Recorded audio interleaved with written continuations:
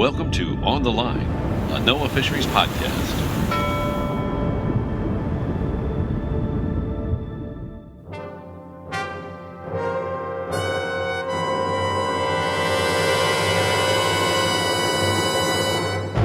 It's Shark Week.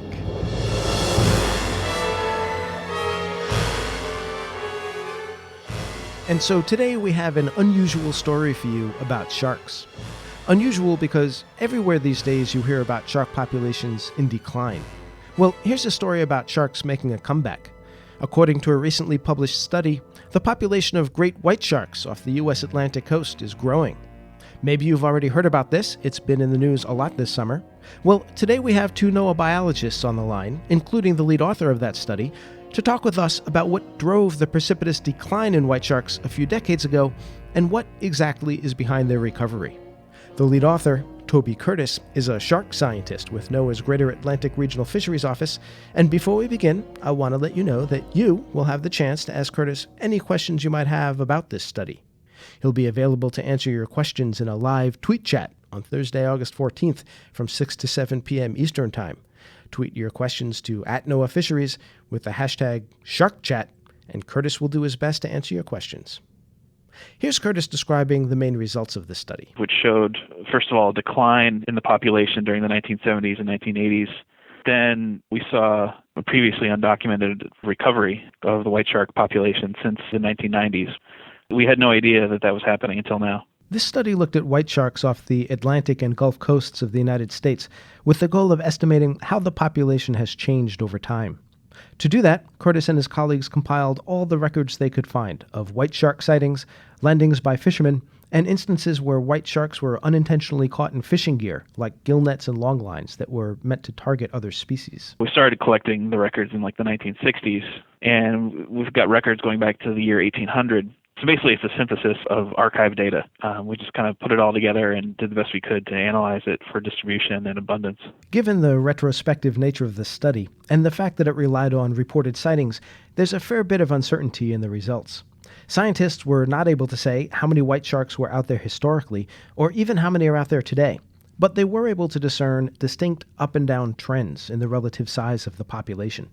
And those ups and downs were pretty dramatic. The decline started in the 1970s, and according to Jose Castro, a biologist and shark expert with NOAA's Southeast Fisheries Science Center, it was precipitated by at least two historical events. The first one happened in 1972, when Nixon went to China.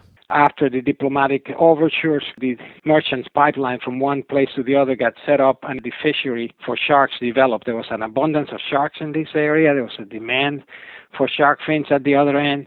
So it was natural that Chinese merchants would want their American counterparts to provide them with fins for the fin trade. It took a number of years for commercial relations to develop, but when they did, the trade in shark fins really took off. And since shark fishing was unregulated at the time, a great number of sharks were killed to make shark fin soup. In the meantime, in 1975, another big historical event happened.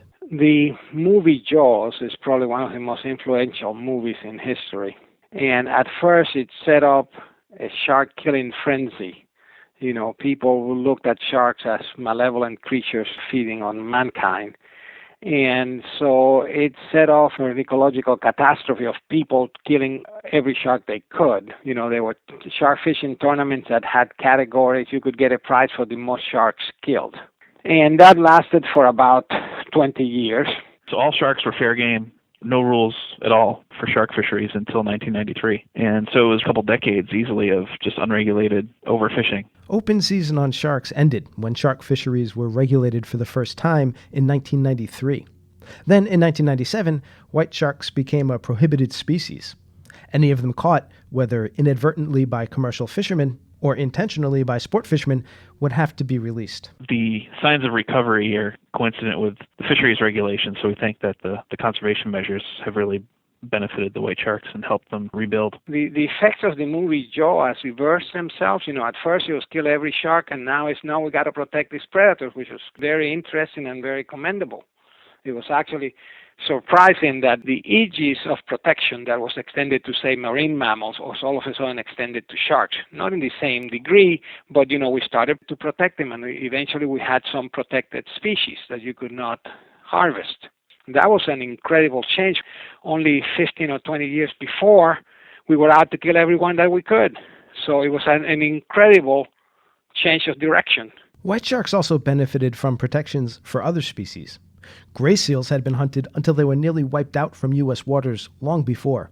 But thanks to the Marine Mammal Protection Act, they've been making a comeback. The seal population off New England has recovered dramatically in the last 10 years or so, and that's probably helped give the white sharks a little extra boost with a reliable, high-quality prey source. So during the summertime, the gray seals have become very abundant off Cape Cod in particular, and it's become the new sort of white shark hotspot for the Atlantic. The recent study showed, and I should point out that there's a lot of uncertainty around these numbers, that by the 90s, after 2 decades of unregulated overfishing, the white shark population had fallen to about 30% of what it was only a few decades before. Since the 90s, they've made up some lost ground and are back up to about 70% of their historical level. That is definitely good news. But still, the recovery is going slowly.